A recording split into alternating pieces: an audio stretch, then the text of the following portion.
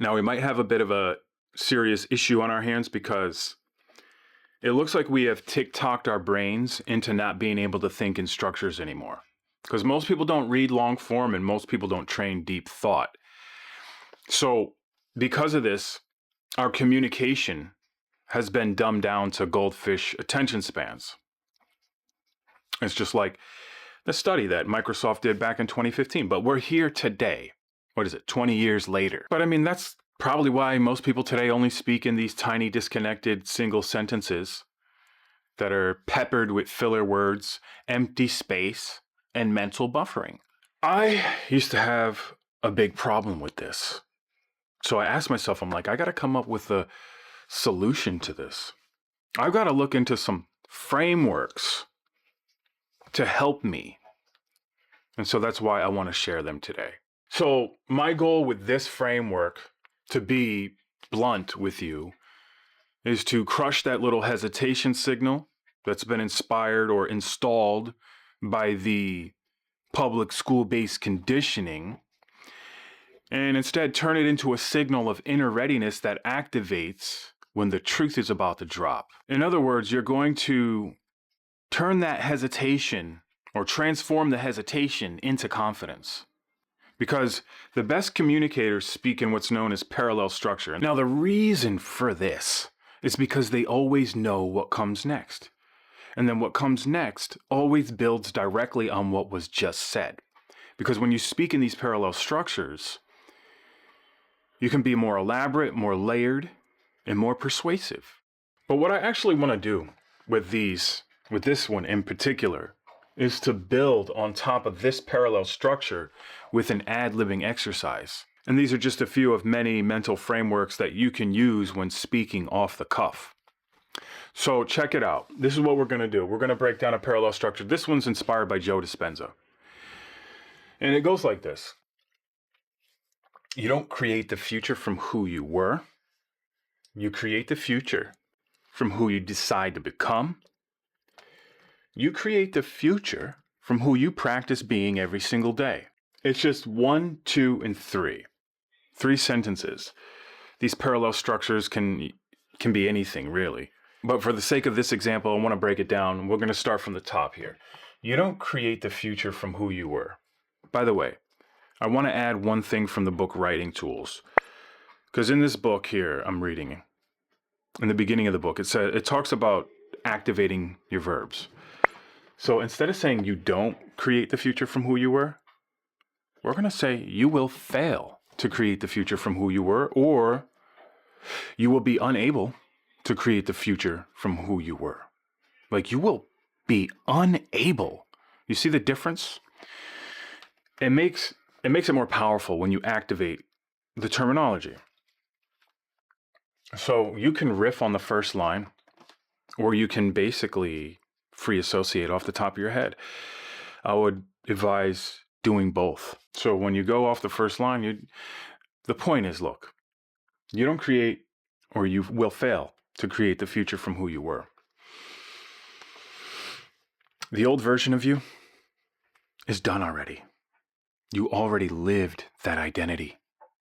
It served a purpose already. And if you keep replaying the old identity, those loops, you keep replaying the limitations from the past and bringing the same limitations into your future, in your present. Now, we can just leave it at that. Or what we could do is add a metaphor to give it even more of a punch. So continuing on, you would say, it's kind of like driving. Creating the future is kind of like driving to a destination. You wouldn't then look in the rearview mirror the whole time, or in the side mirrors, and not pay attention to the GPS or the road in front of you. Because if you did that, you would miss the exit. You would miss every single turn you need to take. You would then hit every single pothole, and you would run over curbs.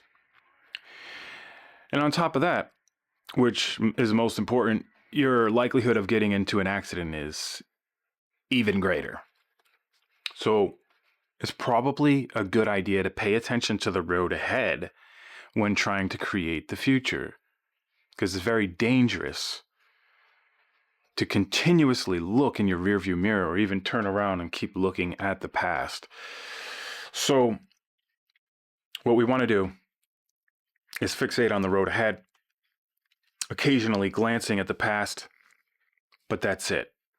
Okay, so that's what creating the future is like. So you see what we're doing here? We're just using different metaphors, analogies, and exclamations when describing each line.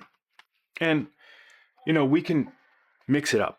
So when we go to the next line, you create the future, and I know there's a spelling error, from who you decide to become. Now I can fixate on the word decide, and we can break down the word decide, because decision actually means to cut everything else off. When you make a decision, everything else, there's no option anymore. Like an incision cuts into something, a decision cuts away everything except the identity that you're choosing in regards to this topic here. So when you want to think about an analogy, right? I know a lot of people feel stuck. This is a very common thing. People are like, damn, I thought I was going to be further ahead in my life than I am today. It's common, right? But we don't look at the mistakes that we make oftentimes, or some of the hindrances. But scratch all that. Let's stay. I don't want to get off topic here. We can drive this point home with another analogy. So we can say something like, picture this.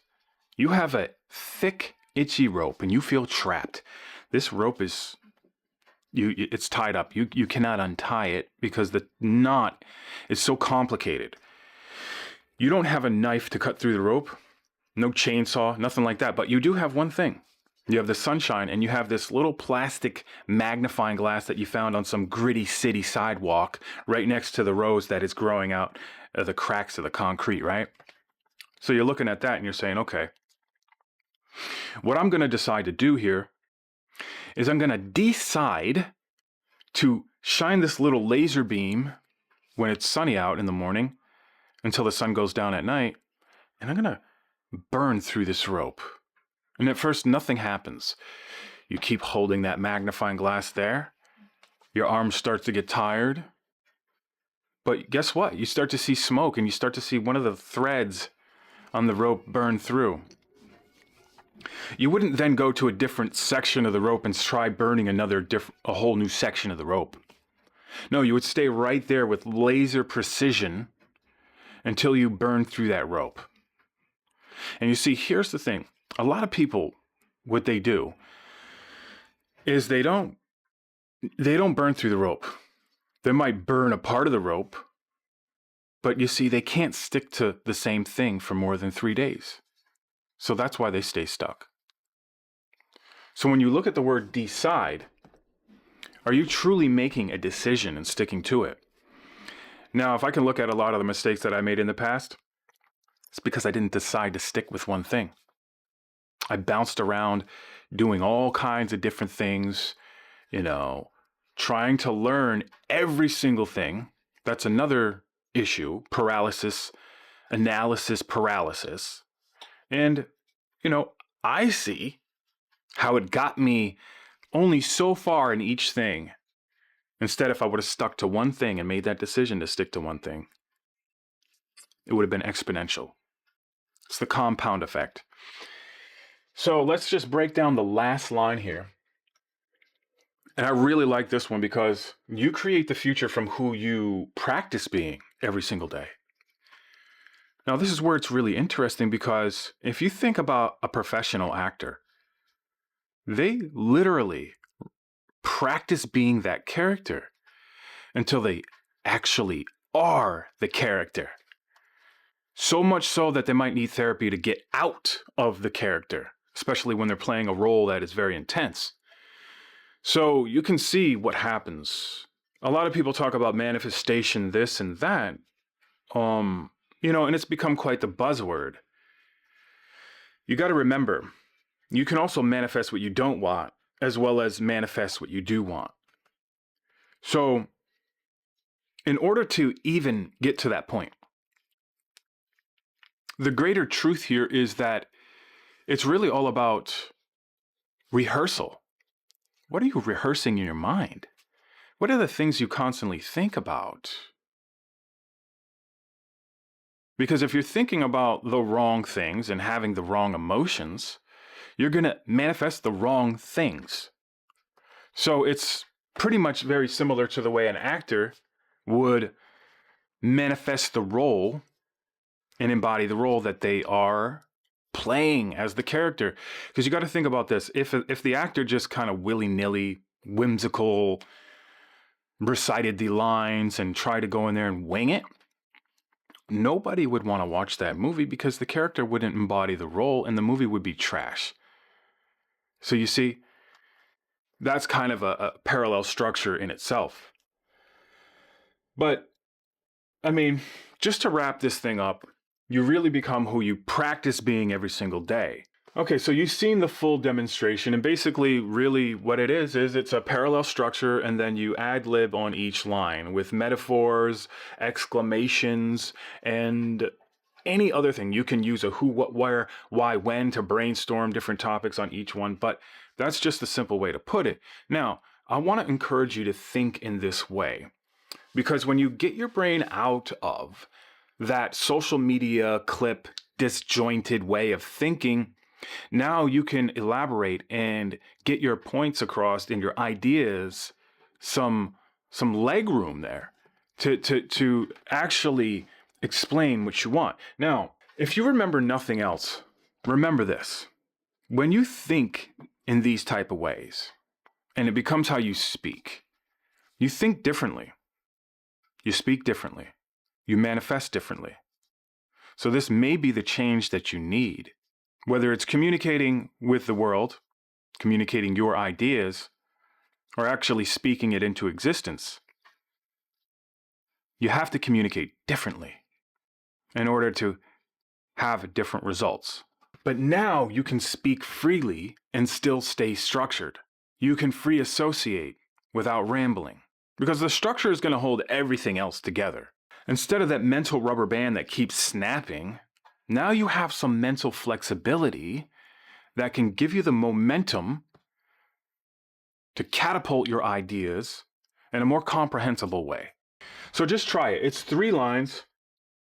You add on top of it with the structures, and think of it like verbal construction. You're like a verbal carpenter, but you have your foundation laid out for you already. And when you think in this way, your brain always knows where to go next. You don't fall off track and you don't get lost.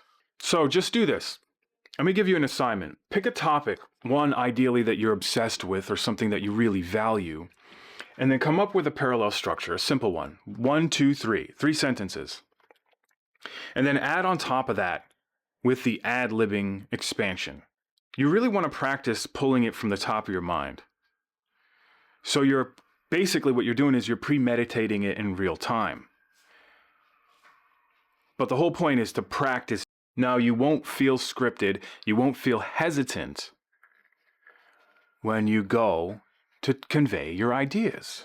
So this actually comes from just a few of the many mental frameworks that I lay out in this book. If you're interested, it's available on Amazon. Also, like and comment on the video. What is the identity that you're choosing right now? And then also, is becoming a better communicator part of that identity? So if you watch till the end of this video, there's one more thing that I want to reveal to you. And that is what I did in this video. I had 2 arguments here. Not arguments, but I had 2 points come across simultaneously in this video. And one is the importance of improving your communication. And the other one is the importance of your identity and actually creating the future. So simultaneously, I used one point to reinforce another point. So that's something that you can implement in the way that you teach, in the way that you share your ideas, and just in general. Okay? So don't forget to like and comment what identity you're choosing, and is being a better communicator part of that identity?